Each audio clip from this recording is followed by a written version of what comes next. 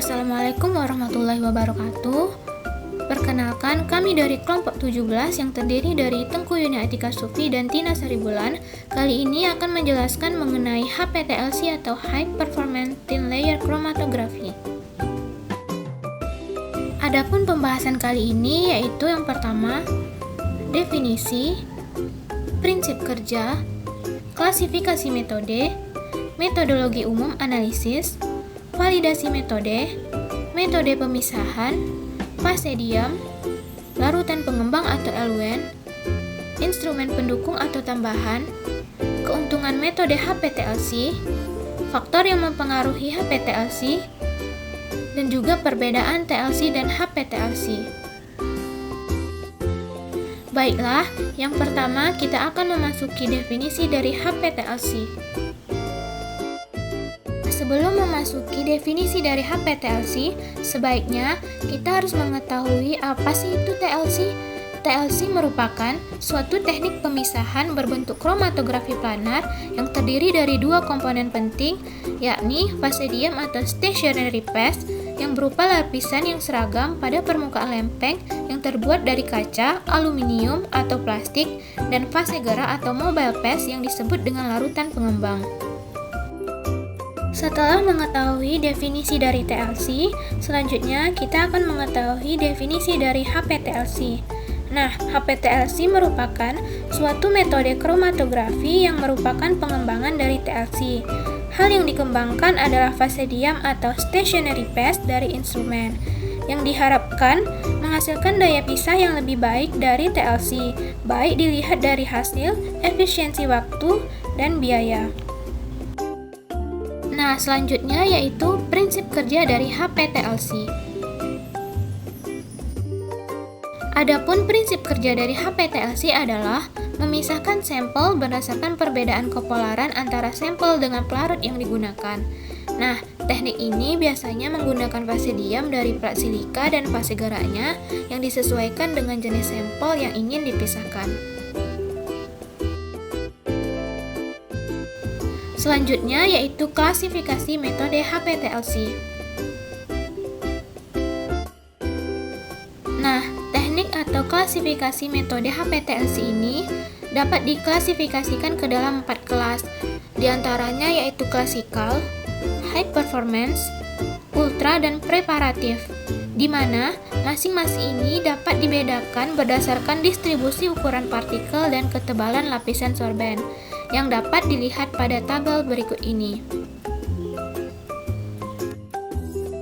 Selanjutnya yaitu metodologi umum untuk analisis HPTLC. Adapun metodologi umum untuk analisis HPTLC yaitu terdiri yang pertama yaitu pemilihan fase diam, kemudian seleksi dan optimasi fase seluler kerja, persiapan sampel dan aplikasi. Yang keempat yaitu pengembangan kromatogram atau pemisahan.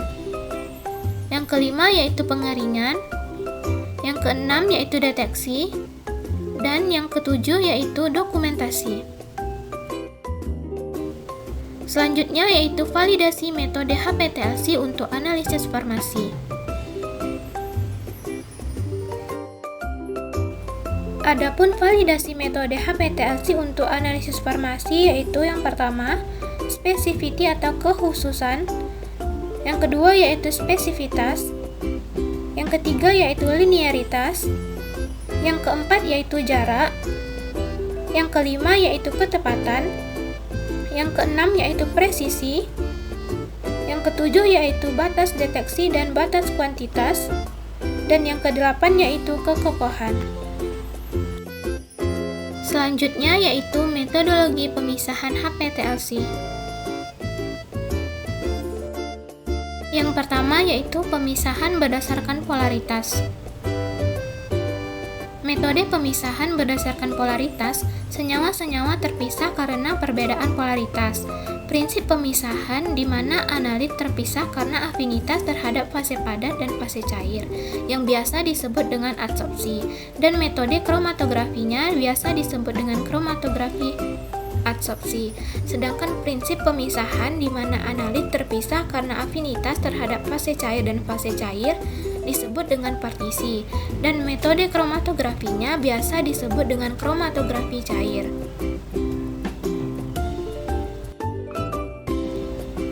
Selanjutnya yaitu pemisahan berdasarkan muatan ion. Pemisahan berdasarkan muatan ion ini dipengaruhi oleh jumlah ionisasi senyawa, pH lingkungan, dan keberadaan ion lain. Pemisahan yang disebabkan oleh kompetisi senyawa-senyawa dalam sampel ini dengan sisi resin yang bermuatan sehingga terjadi penggabungan ion-ion dengan muatan yang berlawanan yang disebut dengan kromatografi penukar ion.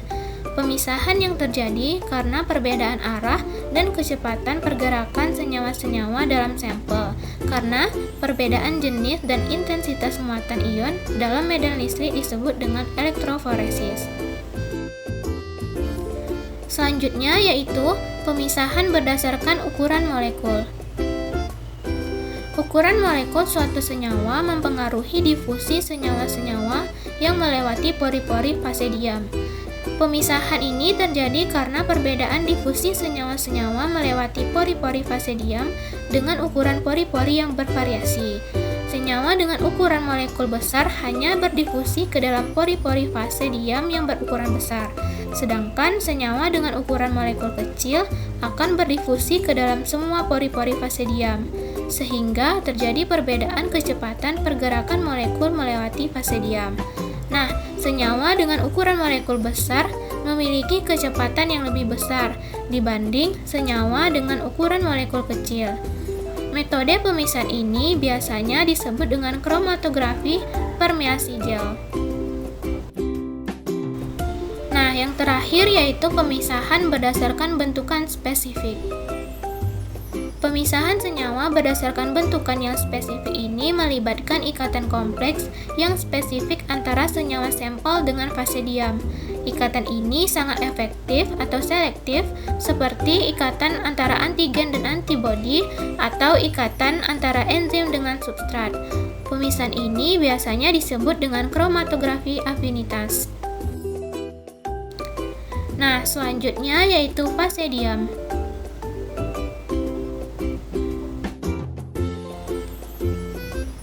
Pemilihan fase diam pada TLC didasarkan pada sifat fisika kimia komponen sampel yang akan dipisahkan. Sorben fase diam pada TLC dapat berupa senyawa anorganik maupun organik. Nah, fase diam pada plat HPTLC memiliki partikel yang kecil dengan bentuk yang sempit dan tajam.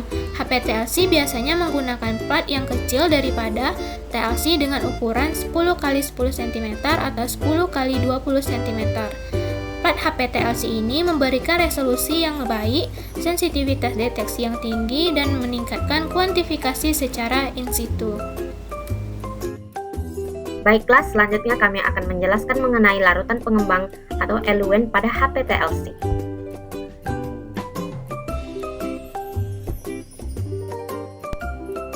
Baiklah teman-teman, menurut Ganjar dan Rohman, petunjuk dalam pemilih dan optimasi larutan pengembang antara lain: pertama, larutan pengembang harus mempunyai kemurnian yang sangat tinggi, karena TLC merupakan teknik yang sensitif. Kedua, daya elusi larutan pengembang harus diatur sedemikian rupa, sehingga harga RF terletak antara 0,2 sampai 0,8 untuk memaksimalkan pemisahan. Ketiga, untuk pemisahan dengan fase diam polar seperti silika gel, polaritas larutan pengembang akan menentukan kecepatan migrasi solut yang berarti juga menentukan nilai RF-nya. Dan terakhir itu solut-solut ionik dan solut-solut polar. Lebih baik digunakan campuran pelarut sebagai pelarutan pengembangnya.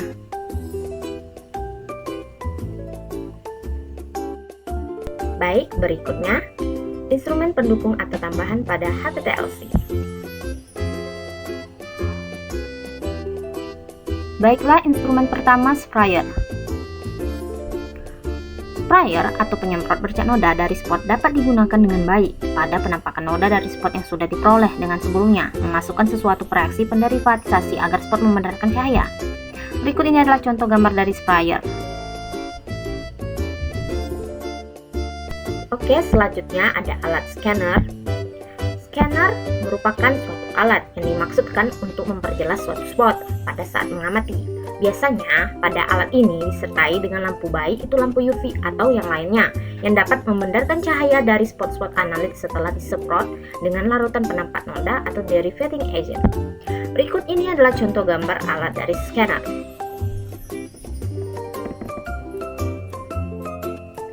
Selanjutnya, terdapat instrumen detektor. Prinsip kerjanya secara umum adalah lempeng yang terdapat spot di dalamnya dikenai sinar dan nanti akan berfluoresensi. Kemudian, fluoresensinya akan ditangkap oleh detektor. Kemudian, intensitasnya akan terukur dan akan sebanding dengan kadarnya. Berikut ini adalah contoh dari gambar detektor.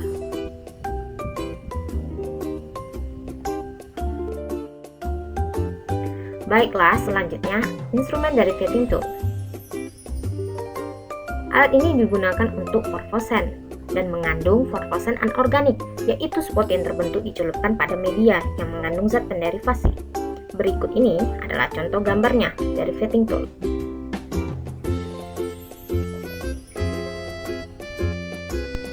Selanjutnya terdapat spray cabinet. Alat ini untuk sebagai ruang untuk penyemprot spot dengan zat penampak noda atau zat penderivatisasinya. Berikut ini adalah contoh gambar dari spray cabinet. Nah, selanjutnya terdapat alat lempeng coater. Alat ini dapat digunakan jika kita akan membuat sendiri lapisan penyerap yang akan dilapiskan pada penunjang kaca atau plastik atau aluminium. Berikut ini adalah contoh dari gambar lempeng coater.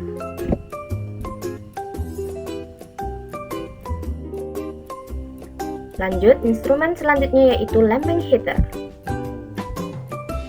Alat ini untuk memanaskan lempeng sebelum dipakai atau untuk mengaktifkan dengan cara menguapkan uap air yang dikandungnya selain dengan menggunakan oven biasa. Berikut ini adalah contoh gambar dari lempeng heater. Yang terakhir yaitu instrumen pendukung dari HPTLC yaitu pipette sampel atau drops penetes sampel. Pipette sampel merupakan suatu kapiler dengan ukuran tertentu yang berguna untuk meneteskan sampel pada lempeng atau fase diam. Berikut ini adalah contoh gambar dari pipette sampel. Baiklah, selanjutnya, apa saja sih keuntungan dari metode HPTLC? Baik, kami akan menjelaskannya. Yang pertama, keuntungannya yaitu kemampuan untuk menganalisis sampel kasar yang mengandung multi-komponen. Selanjutnya, proses pemisahannya mudah diikuti, terutama dengan senyawa berwarna. Lalu, beberapa sampel dapat dipisahkan secara paralel satu sama lain pada pelet yang sama, sehingga menghasilkan output yang tinggi, menghemat waktu, dan analisis biaya yang rendah cepat. Lalu, pilihan pelarut untuk pengembangan HPTLC luas karena fase seluler sepenuhnya menguap sebelum langkah deteksi. Kemudian pemisahan dua dimensi mudah dilakukan. Stabilitas selama kromatografi harus diuji dengan menggunakan pengembangan dua dimensi.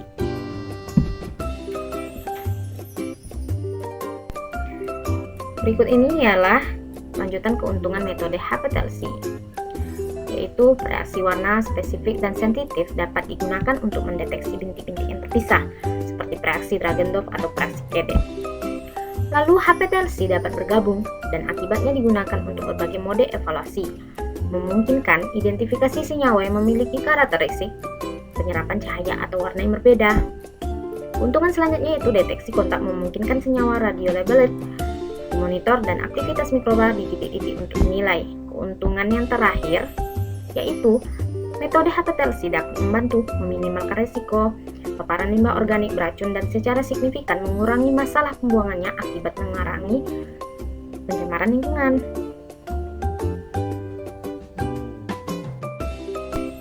Baiklah, selanjutnya apa saja sih faktor yang mempengaruhi HPTLC ini?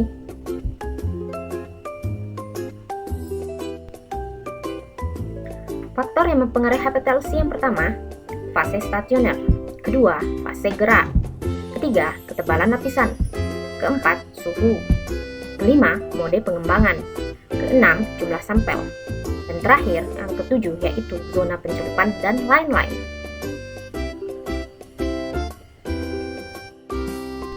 Baiklah, poin terakhir yaitu perbedaan HPTLC dan PLC.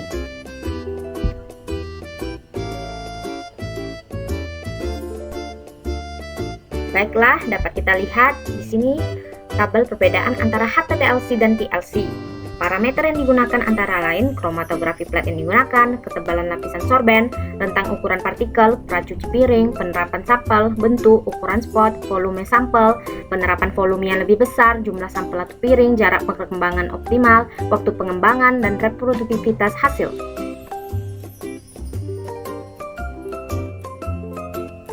Baiklah, sekian dari presentasi kelompok kami. Mohon maaf apabila dalam penyampaian materi terdapat kesalahan atau kekurangan dalam penyampaiannya. Semoga materi ini dapat bermanfaat bagi kita semua. Wabillahi taufiq wal hidayah. Wassalamualaikum warahmatullahi wabarakatuh.